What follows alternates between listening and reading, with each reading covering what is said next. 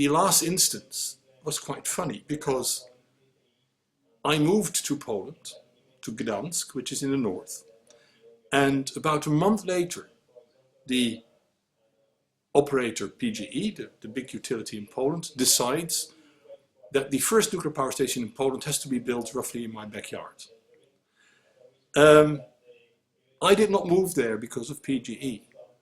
I'd rather say maybe it's a good thing that PGE decided to move it in an area where there's at least people that care about transparency and about public participation, and maybe that will make them think twice about taking decisions that do not take the future into account.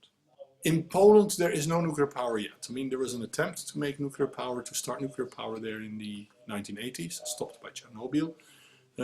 The people then were very much opposed against the introduction of nuclear power into the country, and you can still see the 10-meter high walls in the pool of water in Żarnowiec in the north. Since about 6 years, the Polish government has started a program to introduce nuclear power into Poland. It's difficult to find out what it's driven by.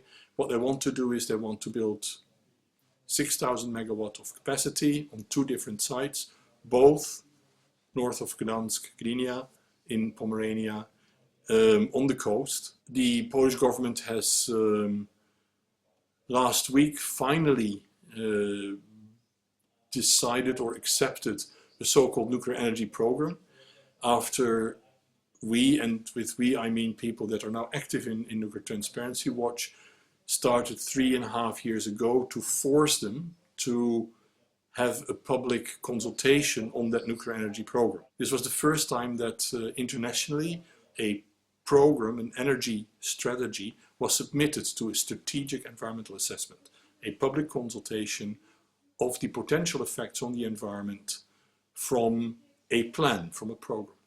We drew the attention of the Polish Ministry of Economy that made the plan, that they had to do this, that they were legally required to do this.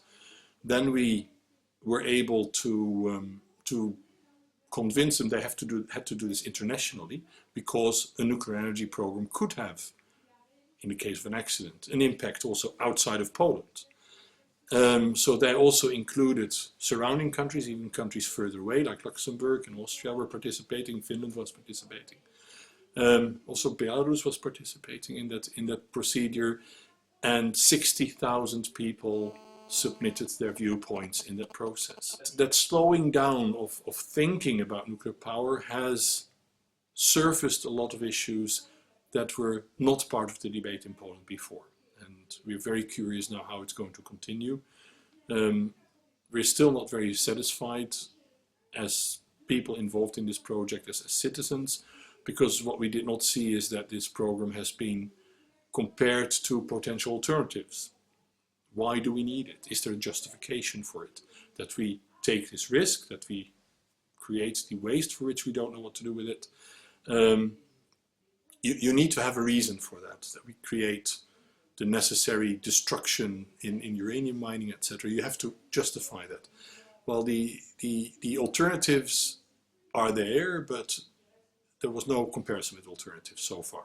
So that's an issue where we will continue the debate. Another issue is that the whole theme of nuclear waste has been addressed only in a tiny paragraph. That can be solved, but we know, of course, from other countries, Finland, Sweden, France, that it's a lot more difficult than we ever thought. So that needs more attention, and also the chance that something might go wrong is still there. It's a small chance, but if it goes wrong very badly. That is something that is flatly denied in this nuclear energy program. So that is also a discussion that needs to continue. Nature cannot be distorted by myths. You have to base yourself on facts. Wishes and good intentions do not make reality. And if anything, I would like to prevent that we ever come again into something like we've seen in Fukushima or in Chernobyl or in Mayak in the past. That should not happen ever again on this planet.